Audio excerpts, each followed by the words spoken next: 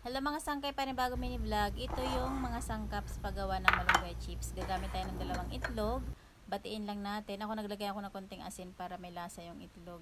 Tapos isusunod na natin yung cornstarch. Lagyan natin ng tubig para matunaw yung cornstarch. Bali 1/4 lang yan na ginamit ko. Tapos isunod na natin yung malunggay na hiniwa-hiwa natin ng maliliit para maganda tingnan. Tapos isunod na natin yung binati nating itlog.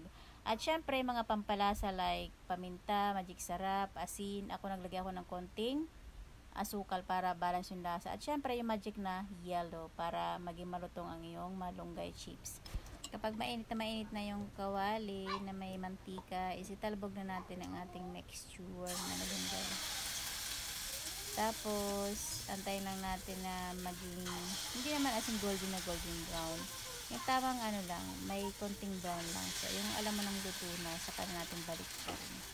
So, bali, marami-rami din yung nagawa ko. Kaya lang, maano siya, matagal. Matagal bago matapos. Kasi, syempre, ubusin mo yung, ayan, yung nasa bowl. Bali, inabot pala ako ng almost 2 oras bago natapos yan lahat. So, okay lang kasi nag-enjoy naman ako. So, pagkatapos niyan, tikman na natin kung ano ang kinalabasan ng ating malunggay chips bago natin ibenta, o diba? So, yan, titikman ko na, the moment of truth. Ngayon, alam nyo na guys kung ano yung sikreto para maging malutong. Sa bagay, hindi naman to bago na aking recipe dahil napakarami nang gumawa nito. So, trinay ko lang din.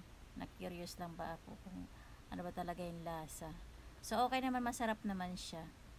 So, ayan, try nyo na guys. Ano pang inaantay nyo? Ayan na yung mga nagawa ko. Pinakita ko na to sa una kong mini vlog na in-upload. Yung highlights niya. So, ayan. Yan lang guys. Maraming salamat sa panonood.